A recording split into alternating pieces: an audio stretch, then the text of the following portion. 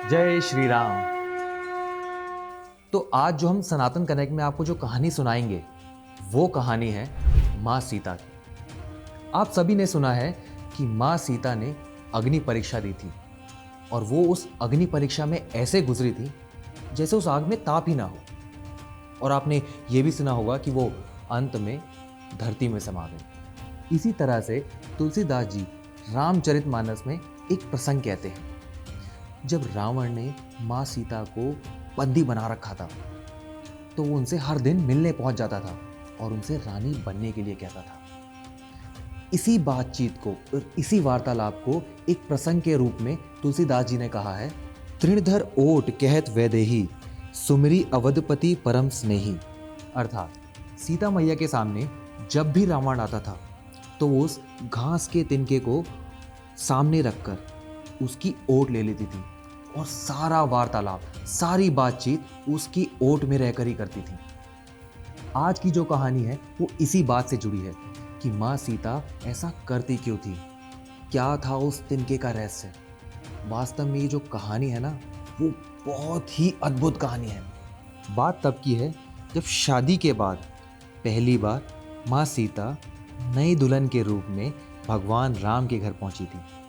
हमेशा से ही सनातन धर्म में एक ऐसा रीति रिवाज रहा है कि नई दुल्हन पहली बार जब ससुराल में खाना बनाती है तो वो खाने में सबसे पहले कुछ मीठा बनाती है जिससे संबंधों में मधुरता बनी रहे। तो माँ सीता जब पहली बार अयोध्या गई थी तो भगवान राम के घर पर माँ सीता ने खीर बनाई थी। सभी लोग बैठकर खीर खाने ही वाले थे कि तभी एक हवा का झोंका आया और उस हवा के कारण राजा दशरथ की खीर में एक तिनका गिर गया था। अब सीता माँ उस तिनके को देख तो पा रही थी लेकिन वो ये नहीं समझ पा रही थी कि राजा दशरथ की खीर से इस तिनके को कैसे निकालें। तो माता सीता ने उस तिनके को ऐसी नज़र से देखा कि वो तिनका जलकर राख हो गया और किसी को नजर नहीं आया। लेकिन राजा दशरथ ने ये सब कुछ देख लिया था। उस समय तो उन्होंने ना किसी को बताया ना कुछ बोला, लेकिन बाद में माँ सीता को राजा दशरथ ने अपने कक्ष में बुलाया और फिर माँ सीता को बोला कि आप साक्षात जगत जननी स्वरूपा हैं, लेकिन मेरा आपसे एक अनुरोध है कि किसी को भी कभी भी इस नज़र से ना देखें। अब एक बहू भला अपने ससुर की बात कैसे नहीं मानती। तो सीता मैया ने दशरथ जी की ये बात याद कर ली थी। अब जब भी रावण सामने आता तो वो उनको ये बात याद आ जाती थी। अब देखिए, रावण ने काम तो किया था शत्रु वाला, और ऐसे में अगर माता सीता उस पर वैसी नजर डाल देती तो वो वहीं भस्म हो जाता। तो माँ सीता क्या करती, वो सामने एक तिनका रखकर अपने स्वामी प्रभु श्री राम का स्मरण करने लगती थी। यहाँ पर हमें दो बात सीखने को मिलती है।